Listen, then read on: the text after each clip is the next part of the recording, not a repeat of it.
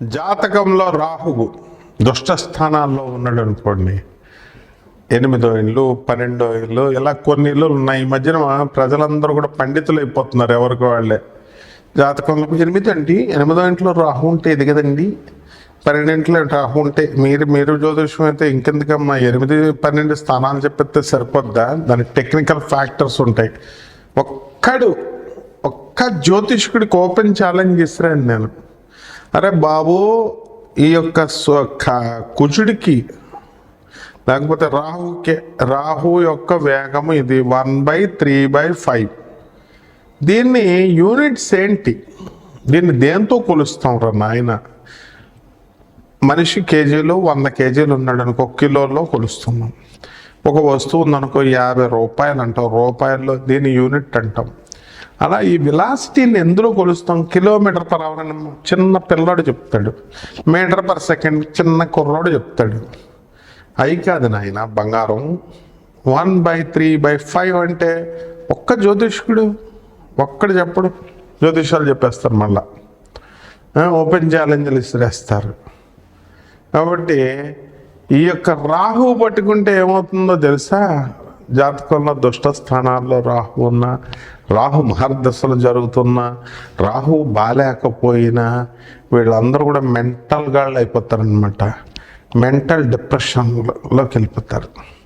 పాప అమాయకులైన చిన్న పిల్లలంటే వదిలేయండి. ఉద్యోగాలు చేస్తున్నప్పుడు బాబ్బా అంత గొప్పోళ్ళు లేరు అని ఎడ్డమంటే తెడ్డం మాట్లాడేవాడు, పిల్లలతో డిస్కషన్లు పెట్టేవాడు. ప్రతివాడు కూడా ఈడు వివరాలు చెప్పడం, అవతలోడు వివరాలు అడుగుతాడు. నీ పెళ్ళం ఏంటి, నీ పెళ్ళం పేరు ఏంటి, నీ పెళ్ళం ఫోన్ నెంబర్, ఈడి ఫోన్ నెంబర్ అయితే ఈడి పెళ్ళం ఫోన్ నెంబర్లు. మీ ఇంటికి వస్తా, ఆడింటికి మనల్ని రమ్మండు, మీ ఇంటికి వస్తూ ఉంటాడు. చూడండి కొంతమంది బ్యాచ్ అంటే మన పెళ్ళాలు అంట్లు తోముకుంటూ గొడ్డలు పైకి ఎత్తుకొని కడుక్కుంటుంటే వచ్చి చూడడానికి అనమాట.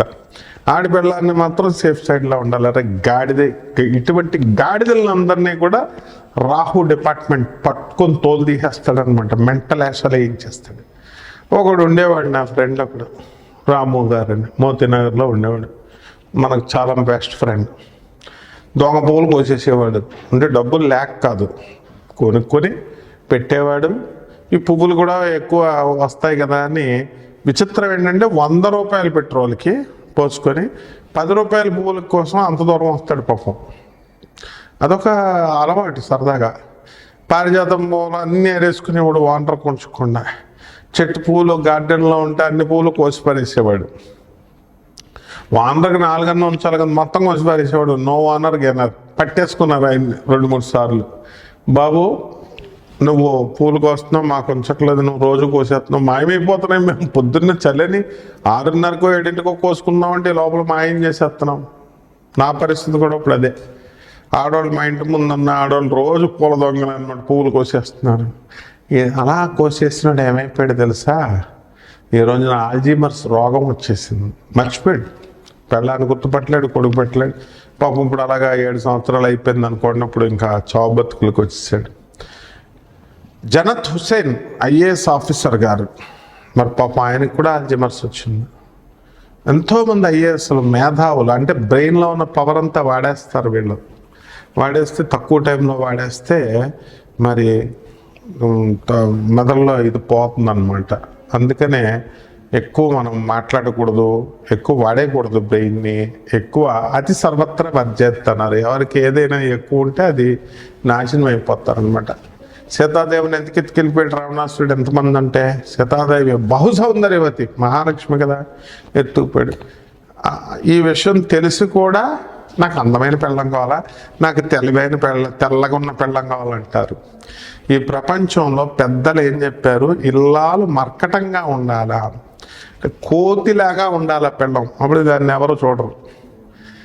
ఇల్లు ఇరకాటంలాగా ఉండాలా, చిన్నగా ఉండాలా. పెద్ద ఇల్లు 3 బెడ్రూమ్ 2ప్లెx 2 రూములు. మరి చుట్టాలు వస్తారు, ఇల్లు ఖాళీగా ఉంది కూడా వస్తారు. వచ్చినాడు 4 రోజులు ఉంటాడు, ఉండటానికి ఏడుపులు. మీకు అలా ఇల్లు చిన్నగా తీసుకో, మళ్ళీ చుట్టాలు రాకూడదు, మేమే ఉండాలి, ఒంటరిగా ఉండాలి. మళ్ళీ ఫ్రెండ్స్ ఫ్రెండ్స్ ఫ్రెండ్స్, మగుడు డ్యూటీకి వెళ్ళిపోతాడు, ఫ్రెండ్స్ ఫ్రెండ్స్ ఫ్రెండ్స్, జిమ్ తర్వాత ఇక్కడికి తిరగడాలు, పార్టీలు, కమ్యూనిటీలు ఎక్కువగా ఈ గేటెడ్ కమ్యూనిటీస్లో జరుగుతూ ఉంటాయి. ఆ తర్వాత అత్తగారిని చూడరు, దాన్ని లేపేస్తారు. చచ్చిపోయిన తర్వాత అప్పుడేంటి పరిస్థితి? ఒంటరిగా ఉన్నానండి, భయం వేస్తుంది, లోన్లీగా ఉన్నాను, ఈ సోదికి ఎవరితోనో ఫోన్లు, అందరూ మంచోళ్ళు ఉంటారు కదా. ఈ విధమైనటువంటి అన్నీ కూడా ఎందుకు వచ్చింది? డిప్రెషన్లు రాహు పట్టుకుంటాడు. పాపపు కర్మల వల్ల, వీళ్ళందరూ కూడా చేసే పాపపు కర్మల వల్ల మీకు ఇలాంటి రాహు పట్టుకుంటాడు, పిచ్చోళ్ళ చేసేస్తాడు. నేను చెప్పేది నిజమైనటువంటి ఒక సత్యమైనటువంటి విషయం. నా ఇంటర్మీడియట్ బచ్చా ఏజ్లో జరిగిన సంఘటన చెప్తా. Government junior college Rajahmundry, doctor Sarvepalli Radhakrishna garu, the president of India, past president of ఇండియాగా చేసినటువంటి ఆయన లెక్చరర్గా మాకు, ఆయన అందులో కాలేజీలో 30 సంవత్సరాల ముందో 40 సంవత్సరాల ముందో ఎప్పుడో వర్క్ చేశారు అక్కడ. మేము ఆ కాలేజీలో తదనంతరం మేము చదువుకున్నాం. అందుకని మా కాలేజ్ మాకు గొప్ప. డాక్టర్ సర్వేపల్లి రాధాకృష్ణే మా దగ్గర చేశారు, మా మాస్టర్ అని. అయితే అక్కడ మా ప్రిన్సిపల్ చంద్రశేఖరరావు అని ఉండేవాడు. శోభన్ బాబు అని ఒక కుర్రాడు ఉండేవాడు, మా క్లాస్మేట్. ఆడికి నేను జాతకం చెప్పాను, అరే నిన్ను పిచ్చోడైపోతావు నువ్వు ఆఫ్టర్ 5 years అని. ఇంటర్మీడియట్ అయిపోయిన తర్వాత ఆఫ్టర్ 5 years నీకు రాహుమాద వస్తుంది, రాహు బాగాలేదు, నువ్వు పిచ్చోడైపోతావు అన్న. అంటే ఆయన వెళ్ళాడు, ఆ కుర్రాడు వెళ్ళి వాళ్ళ నాన్నకి చెప్పాడు. వాళ్ళ నాన్న ఏం చేశాడు, మా అబ్బాయిని పిచ్చోడైపోతావు అంటాడా అని నా మీద గొడవకు వచ్చాడు. డైరెక్ట్ ప్రిన్సిపల్ కంప్లైంట్ ఇచ్చాడు. మరి నీకు ఈ గోల ఏంట్రా అన్నాడు మా ప్రిన్సిపల్. నువ్వు పాఠాలు చదువుకో, మ్యాథ్స్ చదువుకోండిరా అంటే జాతకాలు చెప్పడం ఏంటి, ఆడిని పిచ్చోడు అయిపోతాడని చెప్పడం ఏంటి, ఆడు నీ మీద కంప్లైంట్. ఏం చేయమంటావురా, టీసీ ఇచ్చేయమంటావా? లేదా జ్యోతిష్యాలు చెప్పక అలర చెయ్యవు, కానీ జ్యోతిష్యాలు గోల ఏంట్రా అన్నాడు. అంటే మనకు అలవాటు, మరి మనకి బై బర్త్ వచ్చింది. ఏం చేసాం, సరే వాళ్ళ ఫాదర్ని ఏదో మాస్టర్లు అంటే ప్రేమ పాత్రలు గురువులు అంటే, ఆ గొడవ లేకుండా సెట్ చేసేసాడు మా గురువు గారు, మా మాస్టర్ ప్రిన్సిపల్ గారు. ఆయన అలాగే కంటిన్యూ అవుతున్నారు. మేము ఇంటర్మీడియట్ అయిపోయినాయి, ఇంజనీరింగ్లో చదువులు అయిపోయినాయి. ఒక రోజున ఆర్యాపురం సత్యనారాయణ స్వామి గుడి వీధిలో అలా నేను వెళ్తున్నాను. ఆయన ఎలాగ వస్తున్నాడు, పిచ్చోడైపోయి, అరే నేను పిచ్చోడైపోయాను రా, పిచ్చి తగ్గిందిరా నాకు, అయితే నీకు తగ్గుద్దురా అన్న.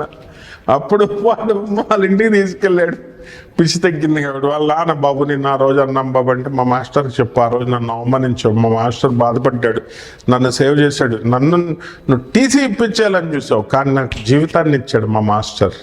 టీసీ ఇవ్వకుండా, నాకు టీసీ ఇచ్చుంటే ఏంట్రా నీ కొడుకు పిచ్చని నిజం చెప్తే నేను, నాకు టీసీ ఇప్పించాలని చూసావా అని చెప్తే, అప్పుడు మా గురువుగారి దగ్గరికి వచ్చి ప్రిన్సిపల్ గారి దగ్గర సారీ చెప్పాడు. అప్పుడు మా సార్ ఎప్పుడో చెప్పారు, అరే నువ్వు దేవీపుత్రుడు రా. ద ఫస్ట్ బుక్ నేను రాసింది దేవీ గీత అన్న బుక్. ఓం సర్వ చైతన్య రూపాంతాం ఆధ్యాం విద్యాం చదివి బుద్ధిమ్యోన ప్రచోదయాత్. పురాణ పండ రాధాకృష్ణమూర్తి గారు మా గురువు గారు. రాజమండ్రి రైల్వే మిక్స్డ్ హై స్కూల్లో మరి సుబ్రహ్మణ్య శాస్త్రి మాకు తెలుగు వద్దంటే నేర్పించేశాడు. మరి ఫిజిక్స్ సార్ మాకు వైఎస్ఎన్ మ్యాథ్స్ ఎస్ఎస్. మా మాస్టర్లు అంతా మెంటల్ మాస్టర్లు అనమాట. మా మాస్టర్కి చెప్పాను, మ్యాథ్స్ మాస్టర్ సార్ మీకు మెంటల్ వస్తుంది అన్నాను. ఏం మెంటల్ రా అన్నాడు. ఏం మెంటల్ రా అంటే, ఇప్పుడు కాదు గురుగారు, జస్ట్ మీరు రిటైర్ అయ్యే టైం తర్వాత వస్తుంది అన్నారు. అంటే ఆంజనేయ స్వామి గుళ్ళో, ఇన్నిస్పేటలో ఆంజనేయ స్వామి గుళ్ళో కూర్చొని ఉన్నాడు, తెల్ల బట్టలు వేసుకుంటాడు ఆయన. నేను వెళ్ళి పక్కన కూర్చున్నాను. మరి నువ్వు అన్నట్టు నాకు మెంటల్ వచ్చిందిరా అన్నాడు. ఎందుకు గురువు గారు అంటే, నాకు పెన్షన్ వద్దని గవర్నమెంట్కి రాస్తున్నాను అన్నాడు. పెన్షన్ వద్దంటే గురుగారు, అందరూ పెన్షన్ తక్కువైందని కోర్టుల్లో కేసులు వేసి ఫైటింగ్ చేస్తుంటే మీరు వద్దురా మనకు వద్దురా అంటున్నాడు. మా సేమ్ ప్రిన్సిపల్ సార్ అక్కడ ఉన్నాడు, చంద్రశేఖర్ సార్. చూసి ఆయన దగ్గర చేసిన ఆయనే కదా, ఈయన ఎస్ఎస్ గారు మ్యాథ్స్, సాదా సుబ్రహ్మణ్యం, అన్ని ప్రూఫ్స్తో సహా చెప్తున్నాను నేను. Real stories, real time stories, రాహువి నాయి కాదు. మన గొప్పలు చెప్పుకోకూడదు. మన గొప్పలు చెప్పి నన్ను పట్టుకుని పిచ్చోని చేసేస్తారు. కాబట్టి రాహు తోలు తీసేస్తాడు అందరిది. అప్పుడు మనుషులు వద్దనే రాశాడు. అప్పుడు మా ప్రిన్సిపల్ ఒక అమూల్యమైన మాట చెప్పాడు. ఎవరో తెలుసా? మా ప్రిన్సిపల్ సార్ తర్వాత మా ప్రిన్సిపల్ దగ్గర చేసినటువంటి మా యొక్క Viswanatham garu, N Viswanatham, JNTU professor computer science, మాకు కొన్ని సంవత్సరాల సీనియర్, మా క్లాస్మేట్ వాళ్ళ మా బాబా అంటాం మనం, మొన్నే రిటైర్ అయ్యారు. ఆయన ఏమంటారు, ఒరే పెన్షన్ వద్దంటే గవర్నమెంట్కి ఎంటర్ ఇంకా ఆనందం, దానికోసం ఫైటింగ్ అవసరం లేదు, వద్దన్నాడు అంతే, ఇదొక రకం మెంటల్ అన్నాడు. రకరకాల మెంటల్స్తో పట్టుకుంటాడు రాహు.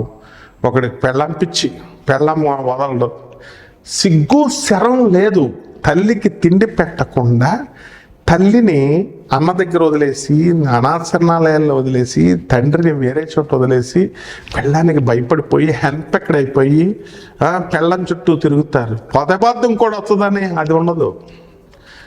ఇటువంటి వాళ్ళందరినీ రాహు పట్టేసుకుంటాడు. అర్థమైందా?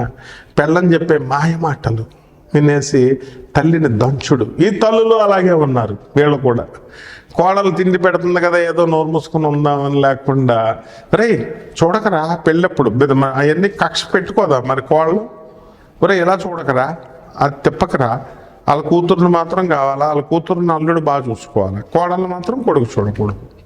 ఈ కొడుకు గాడు అది వేస్ట్ గాడు, ఈడేం చేస్తాడు, తల్లికి ఒక 100 రూపాయలు ఇచ్చి పెళ్ళానికి చెప్తాడు, ఇదిగో 100 ఇచ్చానని. సో వీళ్ళందరినీ కూడా రాహు పట్టేసుకుంటాడు. కాబట్టి రాహు ఏం చేస్తాడంటే మెంటల్ ఎక్కిచ్చేస్తాడు. రాహు మహాదశలో రాహు లేపితే ఎలా లేపుతాడో తెలుసా మీకు? డాక్టర్ నందమూరి తారక రామారావుని చీఫ్ మినిస్టర్గా చేసేసాడు ఏకాదశ రాహు. అలా రాహు మహాదశలోనే మండలాధిపత్యాన్ని ఇస్తాడు. కాబట్టి ఆ రాహు మహాదశ మీకుందా? ఎప్పుడు వస్తుంది? మీ రాహు ఏ ఇళ్లలో ఉన్నాడు, వెలాసిటీలు ఎంత, ఏ స్పీడ్తో తిరుగుతున్నాయి, ఇటువంటి టెక్నికల్ ఫ్యాక్టర్స్ అన్నింటినీ కూడా మనం చక్కగా చెప్తాం. ఎన్నిసార్లు తిట్టినా మన జ్యోతిష్కులకి కానీ పండితులకు కానీ నా వెలాసిటీ ఏ యూనిట్స్తో చెప్పండి రా బాబు అంటే ఒక్కడు చెప్పడు. వెలాసిటీ ఆఫ్ రాహువు 1/3/5, దీని యూనిట్స్ ఏంటో చెప్పనండి. ప్రపంచంలో ఏ జ్యోతిష్కుడు నోరెత్తడు, ఎందుకంటే ఆన్సర్ చెప్పలేరు వాళ్ళు, కానీ జ్యోతిష్యం చెప్తారు, మీరు వాళ్ళని ఫాలో అవుతారు. ఇటువంటి వాళ్ళందరినీ కూడా రాహు పట్టుకుంటాడు. కాబట్టి మీ జాతకంలో రాహు ఎక్కడున్నాడు, ఎలా ఉన్నాడు, ఏం చేస్తున్నాడు, ఎలాంటి ఫలితాలు ఇస్తున్నాడు, మీ వ్యక్తిగత జాతకాల్లో కూడా తెలుసుకోవాలి మీరు. కాబట్టి ఈ ద్వాదశ కొంచెం స్కెలిటన్ ఐడియా లాగా మీకు ఈ డిసెంబర్ నెలకి 2024, అలాగే టోటల్ 2025 ఇయర్కి మొత్తం రాహు ఏ విధంగా వర్కౌట్ అవుతున్నాడు, ఏ విధంగా మీకు చేస్తున్నాడు అనేది ద్వాదశ రాశుల్లో నేను ఏ రాశికి ఆ రాశి వారికి విడదీసి సవినయంగా మీకు చెప్తున్నాను. హాయిగా ఎంజాయ్ చేయండి విని. కర్కాటక రాశి. ఈ కర్కాటక రాశి వారికి అష్టమ శని దంచుడు ఈ సంవత్సరం అంతా కూడా. మరి వీళ్ళకి మార్చ్ తర్వాత కొంత రిలీఫ్, డిసెంబర్ నెలలో ఫుల్ ఎంజాయ్మెంటు. కర్కాటక రాశి వారికి చేతుల నిండా జేబుల నిండా ఫుల్ డబ్బులు, కానీ పెళ్ళాలు మాత్రం మిమ్మల్ని వదిలేస్తారు. వాళ్ళు వేరే వాళ్ళని పెళ్లి చేసేసుకుని వెళ్ళిపోతున్నారు చాలామందికి. పాపం వాళ్ళ బాధలు చెప్తుంటే జాలేస్తుంది మనకి. ఇవన్నీ ఎందువల్ల? మన కర్మల వల్ల. లాభంలో ఉన్నటువంటి గురుడు హితోధికమైనటువంటి లాభాలు మీకు చేస్తాడు. గురువులు చెప్పిన మాట, తల్లిదండ్రులను చెప్పిన మాట వినకపోవడం వల్లే మీకు ఈ కష్టాలు వచ్చాయి అనేటటువంటి నగ్న సత్యం మీరు తెలుసుకుంటూ ఉండాలి. ప్రతిరోజు ఇది గుర్తుపెట్టుకోవాలా. తర్వాత ఈ యొక్క దొంగ బాబాలు, దొంగ స్వామీజీలు, దొంగ జ్యోతిష్కులు ఇలాంటి వాళ్ళు మీకు ఈ నెలలో మీకు పరిచయం అవడం జరుగుతుంది. మరి అలాగే ఆర్పి బిజినెస్, దొంగ రూపాయలు 100 రూపాయలు ఇస్తే 200 ఇస్తాం, డబల్ ఇస్తామని చెప్పేసి ఇలాంటి డూప్లికేట్ బిజినెస్ కేటుగాళ్ళ వలలో మీరు ఇరుక్కుపోవడానికి అవకాశాలు ఉంటాయి. కాబట్టి కర్కాటక రాశి వాళ్ళు జాగ్రత్తగా ఉండండి. చక్కగా మీకు అందరికీ కూడా ఈ జనవరి నెలలో అలాగే ఈ చలికాలంలో ఈ కర్కాటక రాశి వాళ్ళందరికీ కూడా జబ్బులు ఎంత తీవ్రమైనటువంటి ఆయాసం కొంతమందికి చేయడానికి అవకాశాలు ఉంటాయి. కాబట్టి కొంతమందికి అయితే మరి నార్త్ ఇండియాలో అటు సైడ్ ఉన్నటువంటి తెలుగు వారికి అయితే అవయవాలే పనిచేయకుండా అన్నంత చలికి ఈ యొక్క రాశివారు గురి కావడం జరుగుతుంది. అలాగే ఈ కర్కాటక రాశి వారి విద్యార్థులు బ్రహ్మాండంగా చదివినప్పటికీ కూడా మమ్మల్ని ఏదో ఒక సబ్జెక్ట్లో ఫెయిల్ చేయడం ఇది అలాగే నత్తనడక ఈ మార్చి వరకు జరుగుతుందన్నమాట. కాబట్టి బాగా చదవాలి విద్యార్థులు. ఏమండి మేము ప్రభుత్వ ఉద్యోగాలు ఫస్ట్ టైం రాస్తున్నామండి వచ్చేస్తుందా అండి అని ఫోన్లు వస్తాయి. ఫస్ట్ టైం రాస్తే ఎక్కడైనా వస్తుందమ్మా? చాలా బాగా కష్టపడి ఫస్ట్ లాస్ట్ అని ఉండదు, మధ్య అని ఫస్ట్ టైమే జాగ్రత్తగా కష్టపడాలా. ఇది యోగం వల్ల వచ్చేటటువంటివి పోస్టులు అనేటటువంటివి. దేనివల్ల వస్తుందండి పోస్టులు? యోగం అనేది డబ్బు వల్ల, దానం వల్ల వస్తుంది. కాబట్టి మీ ఇంట్లో ఉన్నటువంటి తల్లిదండ్రులకు కనుక భోజనం పెట్టకపోతే ఇగో ఈ దోషమే వస్తుంది. పిల్లలకు భయపడి తల్లిదండ్రులను వేరే దూరంగా ఉంచినటువంటి వాళ్ళ పిల్లలకి మరి ఉద్యోగాలు రావు. ఆ పిల్లం ఎలాగో తెలుసుకోదు. ఆ తర్వాత వాళ్ళమ్మ వాళ్ళ నాన్న అని తిరుగుతుంది. దానికోసం మీరు ఆర్గ్యుమెంట్లు చేయొద్దు. ఈ నెల ఈ ఆర్గ్యుమెంట్లు కనుక చేసినట్లయితే మిమ్మల్ని వదిలేసి వాళ్ళు వెళ్ళిపోయి వాళ్ళ జీవితాలు మీ జీవితాలు నాశనం చేసేసి పిల్లల జీవితాలు నాశనం చేసేయడం జరుగుతుంది. అది వాళ్ళ మందమతితనానికి గుర్తు అన్నమాట. కాబట్టి ఎలా చేసుకుంటే అలా చేసుకొని వదిలేసేయండి మీరు. అలాగే ఈ యొక్క నెల అంతేకాకుండా ఈ 2025 సంవత్సరంలో మీరు చాలా కష్టజీవులు అవుతారు, చాలా సిన్సియర్గా అవుతారు. మరి మీ యొక్క ఆలోచన విధానము చాలా గొప్పగా ఉంటుందన్నమాట, పెద్దగా అయిపోతుంది. రకరకాల వ్యాపారాలు స్టార్ట్ చేయాలనేటటువంటి ఆలోచనతో మీరు ముందుకెళ్తారు. వ్యాపారాలు సఫలమవుతాయండి అని అడిగేవాళ్ళు ఉన్నారు. మరి తప్పకుండా సఫలమవుతాయి మీరు చేసేది. ఇక పరిహారాల దగ్గరికి వచ్చేసరికి శని జపం చేసుకోండి, శని స్తోత్రాలు చదువుకోండి, శనికి కిలోంపావు నల్ల నువ్వులు నల్లని వస్త్రాన్ని పేద బ్రాహ్మడికి శనివారం నాడు ఉదయం 8 గంటలకు దానం చేయండి. అలాగే దశమహావిద్యల్లో ఒకటైనటువంటి తారా అమ్మవారి యొక్క హోమాన్ని మీ ఇళ్లలో జరిపించుకోవడం ద్వారా బ్రహ్మాండమైనటువంటి గురుబలం మీకు పెరగడం అనేటటువంటిది జరుగుతుంది. శుభమస్తు.